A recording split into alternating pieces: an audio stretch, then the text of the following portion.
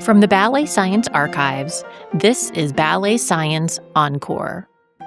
I'm Caroline Simpkins, a former ballerina turned researcher, and my guest today is Shane Wuerthner, a former principal dancer turned personal trainer and the visionary behind Athletistry. Shane, thank you so much for being here today on the Ballet Science Podcast. It's a pleasure to have you. Thank you for having me. I'm really excited to be here. Great, yeah. So to start us off, can you share a little bit about your ballet background and sort of what ultimately led you into strength training and personal training, and if there is like something specific that kind of sparked that transition for you? Sure. So I danced professionally for 12 years. My career started with the Vienna State Opera, where I rose to the rank of soloist, and then I transitioned to San Francisco Ballet, where I was also a soloist, and then eventually finished out my career with the Queensland Ballet here in Australia in 2017. Now, over the course of my time as a dancer, I developed patella tendinopathy. So on both knees, it got to the point where basically like I was walking downstairs backwards to avoid pain in my knees, and I was taking ibuprofen every day to kind of get through class. And when I finished dancing, I thought to myself, I need to do something to kind of get my body back to health, I guess, after the dance career. And I wanted to keep moving, and I wanted to kind of work outside of the dance space for a while. So I thought personal training and retraining as a fitness professional was going to be something that would be quite beneficial to that. And it actually ended up being very beneficial because I ended up getting rid of my knee issues through the use of strength training and a lot of the stuff that I was doing as a personal trainer. So yeah, it was kind of this, I guess, kind of a natural transition. I wanted to keep moving, but I didn't want to dance or be in the dance space immediately after retiring. And personal training was that natural process of moving into something else. Today, I'd like to talk about strength training a good bit with you and kind of get some ideas from you about that, and especially strength training for male ballet dancers or ballet students. So, from your experience, what are the biggest misconceptions male ballet dancers or students have about strength training, either maybe just coming from themselves or maybe things they've picked up from their teachers along the way? Yeah, well, I mean, obviously the biggest one, and it's something that does permeate into the male space as well, is weight training is going to restrict your dancing. So going in and lifting weights is going to either make you muscle bound, not being able to move the way that you want to, or it's going to make you too bulky, or it's going to stop you from being able to dance the way that you normally could. And we do find this still obviously in studios, not as much as when I was training, but it is still an issue. I mean, I remember one time when I was in the gym as a student at the Kirov Academy of Ballet in Washington, D.C., my teacher was there as well, and he was on the treadmill, and he said, don't do any more leg exercises. Like, you need to stop doing leg exercises because your legs are fine the way they are. You don't need to make them any bigger, right? And I was thinking to myself, well, it's not about size. It's about strength. It's about being able to dance well. So that was already awkward at 16. And then I had kind of the opposite side of the spectrum happen to me at San Francisco Ballet, where the first day that I got there, the ballet master came up to me and said, we expected you to be a bit bigger and, you need to bulk up. And so I had the opposite side of that equation happen there.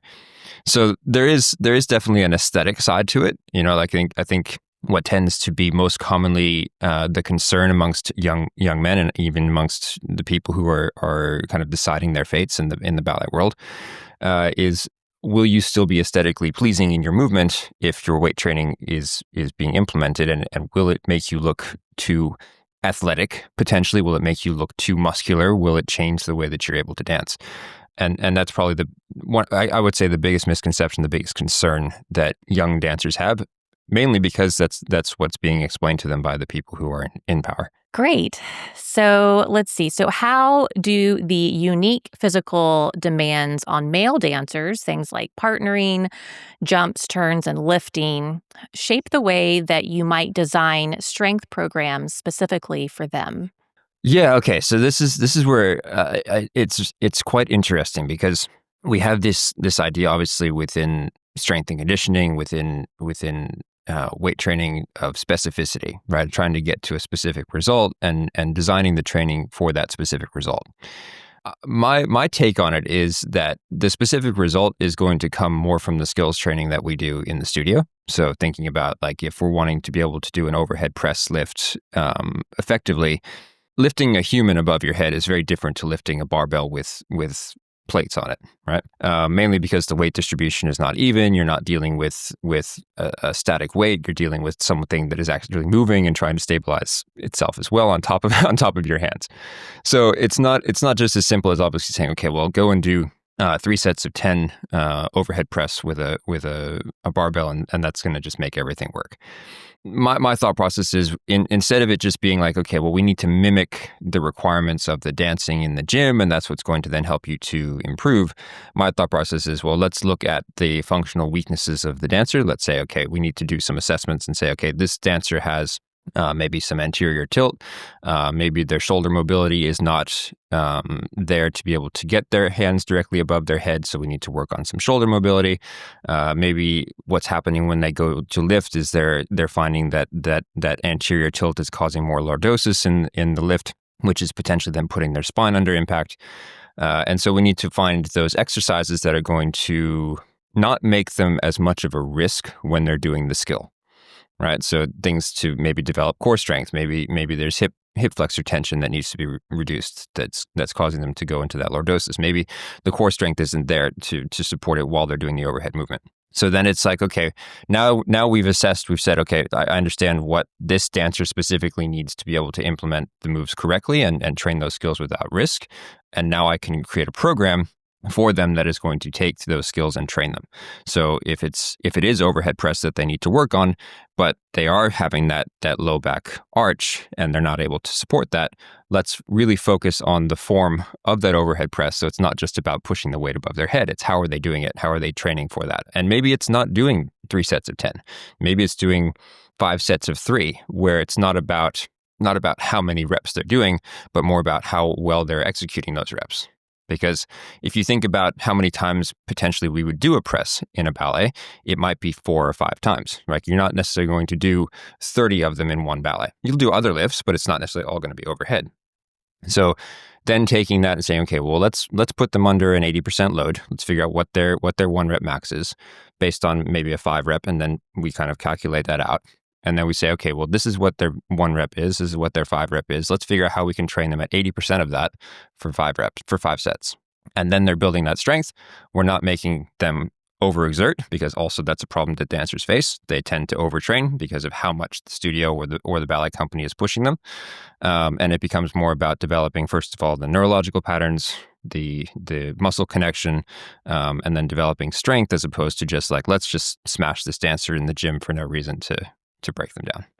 So my focus is generally, let's figure out what that dancer needs based on their anatomy and their potential anatomical abnormalities, potential postural abnormalities, and then we'll adjust from there and see how they progress. Many young male dancers, or maybe older ones too, might feel intimidated stepping into a gym, maybe for the first time or when they're kind of first starting out with strength training. So how can teachers, parents, or coaches better support young men as they start building a strength program? Yeah, so I think this comes down to this idea of we don't have to be everything to everybody. When we look at a ballet studio, the ballet studio or the dance studio is there specifically to train in dance. Okay, the dance studio doesn't have to be the dance trainer and the strength trainer and the physical therapist and the nutritionist and the psychologist, and like they don't need to do everything, right? It is important that we have specialists in those areas so that we can refer out to the ones that are able to help with that, right? And so what I would suggest, and I think this is probably a challenge as well, because how do we know which personal trainer or which strength and conditioning coach or which exercise physiologist is going to have the knowledge in dance to be able to adapt properly? But there are definitely trainers out there, and there are especially former dancers who have transitioned, like I have, into that space that know how to create a program for young men or for anyone, and then not being afraid to reach out and create those connections. So What I would say to dance studios is find those people who know their craft, that also know dance, but also know how to train dancers, and especially men, because it is a very challenging process to train, especially young boys as well, who maybe do have that fear, don't have that confidence in the gym, and need that extra care and support, that when they walk in, they're not intimidated by the 30-something guy who's lifting 10 times what they're lifting. So connecting with the people who know how to do that. I think there is still, unfortunately, there is still sometimes a stigma around it, that, oh, well, if you're going to get stronger, just do push-ups, like that tends to be the common the common response from a teacher, is like, just go do push-ups, that's going to get you stronger, which is unfortunate, because in reality, doing a horizontal push is not necessarily going to help you with a vertical push. Like, we need to know that the muscles that are working for that push-up are not generally going to be employed in the overhead space, which is where the most risky lifts tend to happen. Like, we can partner someone in front of us all the time, but as soon as you go overhead, things change. So knowing how to reach out to those people, and I think that this is something that was stressed to me when I trained as a personal trainer. It's like, don't be afraid to network with those people that do have the skills. Like, even as a trainer, like, there are restrictions on what I can do. I often get requests from people, can you tell me how to rehab this injury? And I'm like, I can't do that. That's not my space. I have these amount of physios that I can refer you to that know how to do that. Or, what should I be eating for this or that? It's like, I'm not a dietitian. I don't have that training. So I think a lot of the fear probably comes from, first of all, not knowing the answer, but then trying to give an answer even when you don't know it, instead of saying, hey, I don't know the answer to that, but I do have like these 3 people that I can say, or maybe I follow them on Instagram, or maybe I've connected them, that I can reach out to and connect you with them, and they will be able to help you then to find that. I think it's very important when you do start to look at strength training, especially when you're young, that you don't just grab a program off the internet and that be your only thing, right? Like, don't go to Men's Health or something like that and be like, hey, I'm going to get this bicep building exercise, and that's going to change my life. Because you're not necessarily learning the functional movement. You're not learning the movement patterns correctly. No one is guiding you on the proper form and technique. The same way that you wouldn't learn how to do ballet from just an internet video, you're going to find something more in depth or in person, as best you can. It's the same for strength training. We need that in person. We need those assessments initially to determine what your body specifically needs. And often with young men, especially with boys, you're not going to be putting them under a bar immediately. You're going to be starting just with training the functional movement patterns, and it's probably going to be boring, and you're not going to feel like you're getting a lot of results immediately. But like I say all the time, it's practice for many years. You have to know that when you step into that space and you start practicing something, you are a beginner again. Even if you're super skilled in dance, in the gym space, you're a beginner. So we have to go back to those fundamentals and those practices. And if you are working with someone who just throws you in and says, hey, let's get you under a bar and let's push you and smash you in the gym, like, then you're probably not in the right space. All right. So let's see. In your work, what physical qualities do you consistently see male dancers or dance students lacking? And then how do you go about approaching improving them? Okay, it's interesting, because I think every male dancer that I've had the opportunity to work with has been different. I've had male dancers who are incredibly strong but then lack flexibility. I've had male dancers who don't have strength or flexibility and then have to develop both. I've had young dancers who are not necessarily at the point of needing to build upper body strength yet, because they're not doing a lot of lifting and partnering yet. And then I've had dancers who are maybe at that point where they're looking at company work but haven't done any partnering and don't have the strength and don't have the skill yet. So then it's a rapid process of developing what they need to be able to do. I think probably what I would say is this is more of an issue of expectation, industry expectation of young dancers, and what they are wanting to see when they come into a company, versus the reality of how the young male physique actually develops. It's very rare that you're going to get a boy, especially a boy who has been predominantly in dance, having the muscular structure necessary to do a lot of the lifting that they need to do around the age of 18, 19. And I do believe that a lot of the reason why we have these trainee programs and second companies and things like that, they all developed out of this desire to have a stronger male dancer coming into the company and not getting injured, not having back injuries and shoulder injuries because they're trying to push themselves to do partnering that their bodies structurally aren't ready for. I think, you look at the average guy really doesn't start to build muscle like that until they're 22, 23, 24, right? And it does take a lot of time and it takes a lot of practice and it's a very slow build. It's just like with anything, you're not going to go in and rapidly push to massive weights. You're going to gradually progress that over time, progressive overload to build strength. And so, I mean, even now, if I look at myself compared to what I was when I was dancing, I'm able to lift much more weight and much stronger and much more proficiently than I was even able to towards the end of my career at 30. Right? Like this is, 8 years later, but it's because I've been training consistently now for 8 years, whereas I didn't do that as a dancer.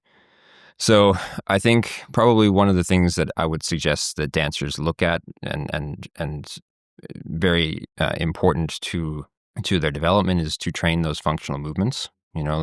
Think about the main functional movements that we're working on, the knee hinge exercises as a first point. So things like squats and lunges, hip hinge exercises, things like deadlifts and glute bridges and hip thrusts. And then taking that up to the upper body, looking at your vertical push, vertical pull, horizontal push, horizontal pull. So understanding that in ballet, we do train a very specific type of movement, and that movement doesn't always translate to being functional and healthy. We often train hip hinge out of dancers from a very young age. Like if we think about port de bras forward, we train them not to hinge at the hip. We train them to hinge more at the waist.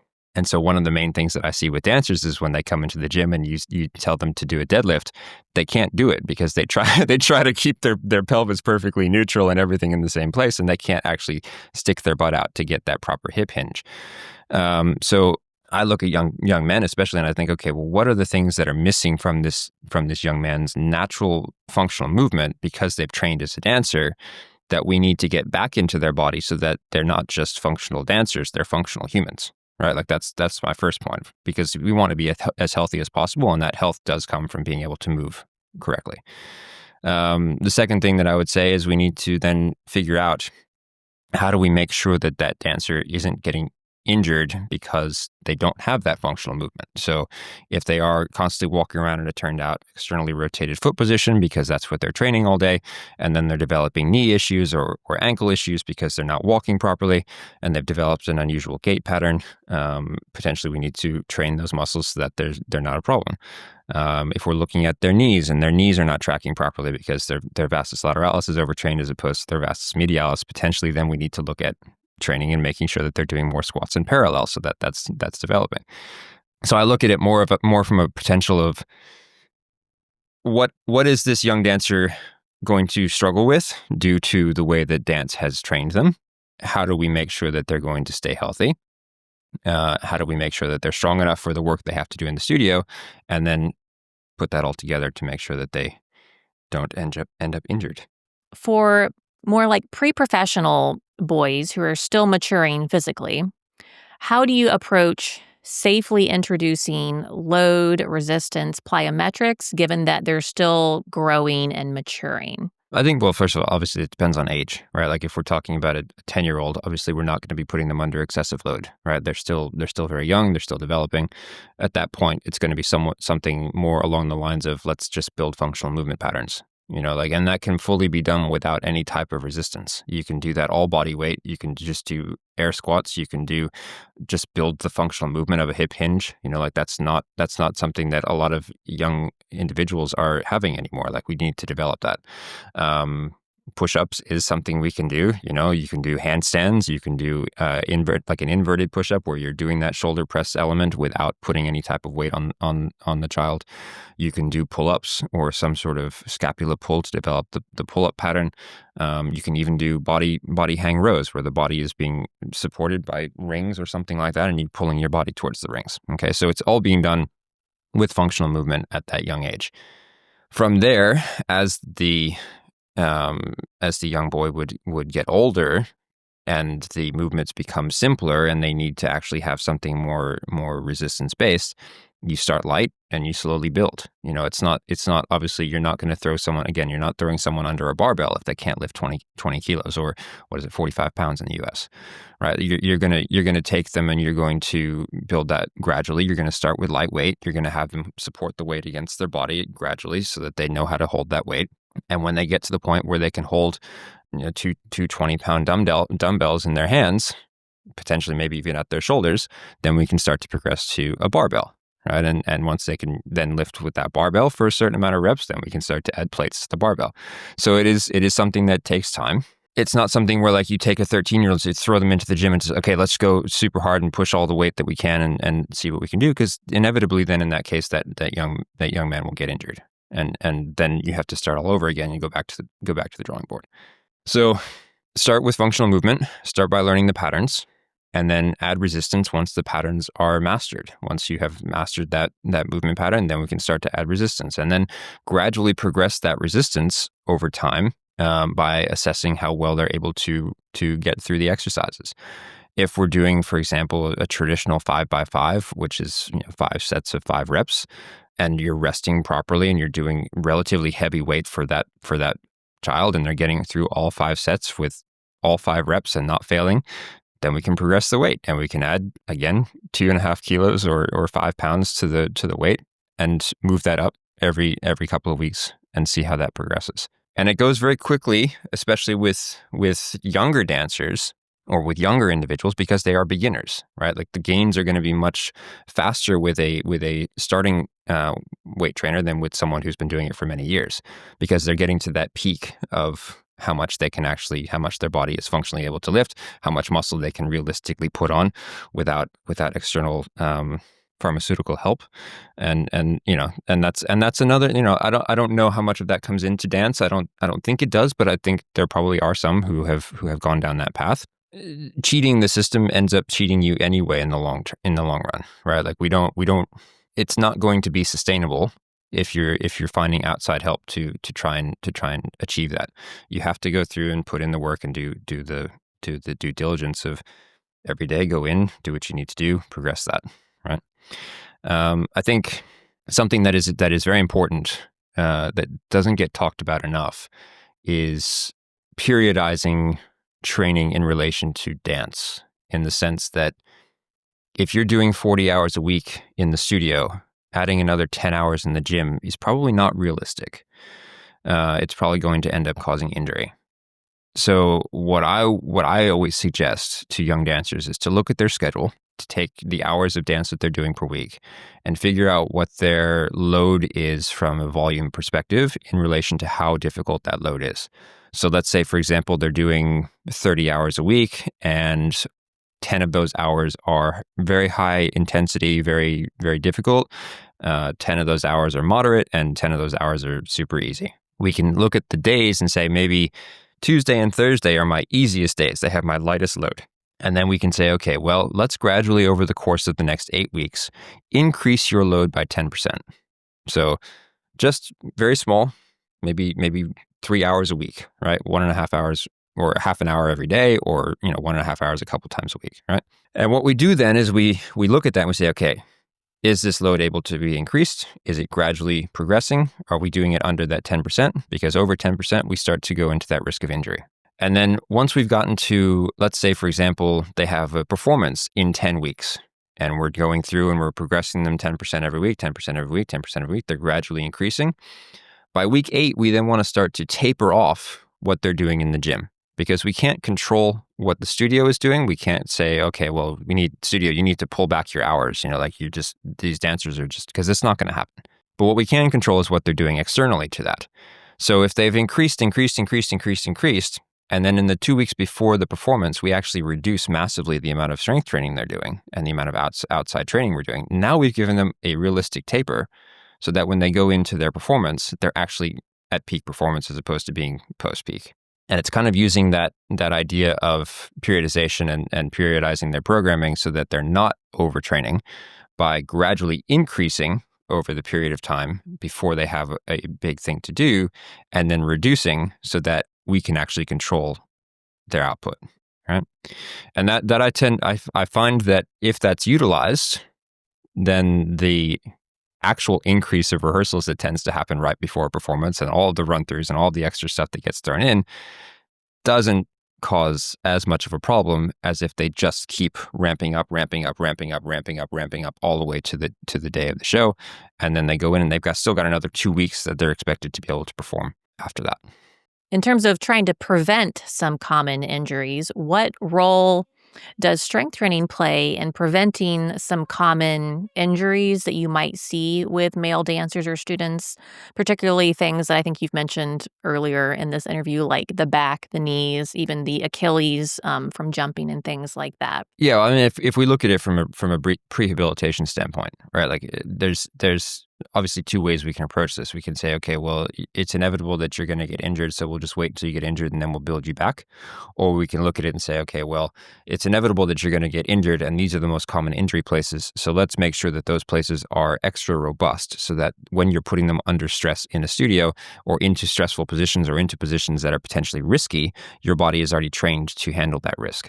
It's actually something that I see a lot that's done wrong in strength training, where we prohibit certain positions because we think, oh, that position is dangerous. What we actually should be doing is training the body in that position without it being a sudden movement through that position. So, for example, oftentimes we hear about the knees not passing the toes in a squat or in a lunge. But in dance, we're going to have the knees past the toes because we do things like grand plie. We do all kinds of movements where the knees go past the toes. So instead of restricting that movement, we actually should be training the dancer in certain movement patterns that is going to put them in that position, but safely and under control, so that when they then have to do it in a sudden movement, their body is not shocked by that movement, which then potentially causes injury. Because most of the injuries are either going to be overuse or they're going to be traumatic. So either it's because they're doing too much training, or it's because suddenly they found themselves in a position that their body was not ready to handle, and that caused a sudden reaction within their ligaments, their joints, their muscles, that then caused a negative outcome, right? So if, for example, we know that the dancer is going to be going into a grand plie in fourth position, and we know that that's going to be a challenge for them, maybe we do some slant board squats where they're going all the way to that full depth of squat. Hamstring is touching the calf muscle. They're training their knees to be able to handle that in a parallel position, so that when they're in that turned out position, their knees at least know what that feels like. For the ankles, for example, the most common injury is going to be that fifth metatarsal dancer's fracture, where they roll the side of the ankle and then that snaps. So potentially training strength in that inverted ankle position is not a bad thing to do, right? Like not just training eversion, but training inversion as well. So working on that kind of inverted position.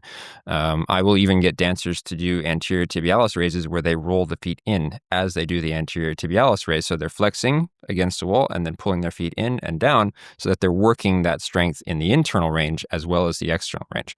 As far as the back is concerned, doing things like Jefferson curls, which I know tend to be a common concern amongst some people. But again, if they're done slowly and gradually, and we're building up that density of the back of the disc, so that when it goes into that potential squeeze at the base of that bend and it's starting to push out, that we've built up the muscle fiber to control that and protect that, so that it's not causing potentially a disc bulge, right?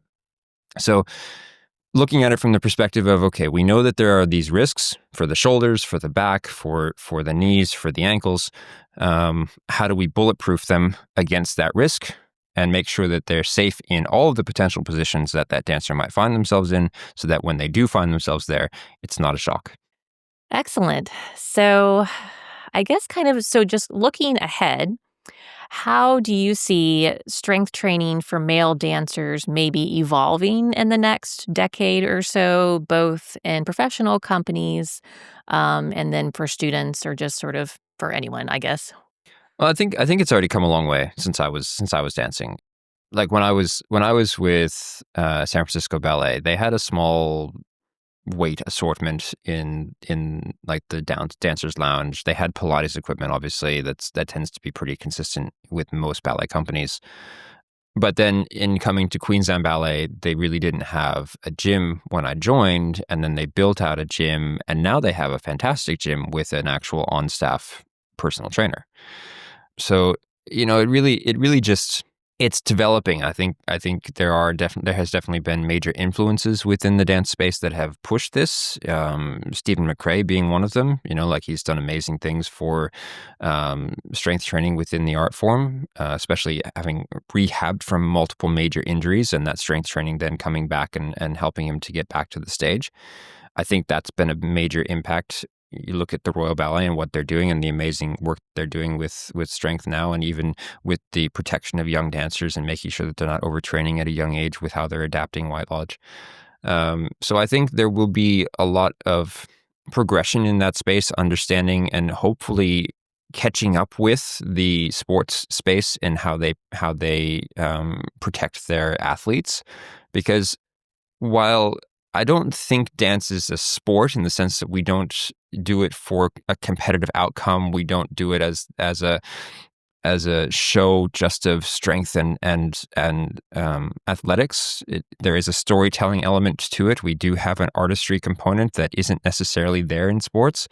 And so we do have to be aesthetic in what we're doing. We do have to be beautiful in our performance, and that does require a specific type of training as well. In addition to that, we do also need to stay healthy, and we need to have longevity in our careers. And, if we have dancers that are making it into their 50s and 60s because now their bodies are not broken at 30, that's going to create for better artists as well. Like I even think to myself now, I look at what I'm able to understand about how a role would be developed on stage. If my body hadn't gotten to the point where it wasn't functioning the way I needed to put that role on stage, I would actually be able to do much more beautiful performances now at close to 40 than I was able to do at close to 30. And while there are some outliers that do make it to that older age and they're able to continue performing, that's not the norm. We tend to have dancers, and you look at Paris Opera, their dancers are forced to retire at 42. So there's, I think, the potential for greater art to be developed if we can have that longevity within a dancer's life.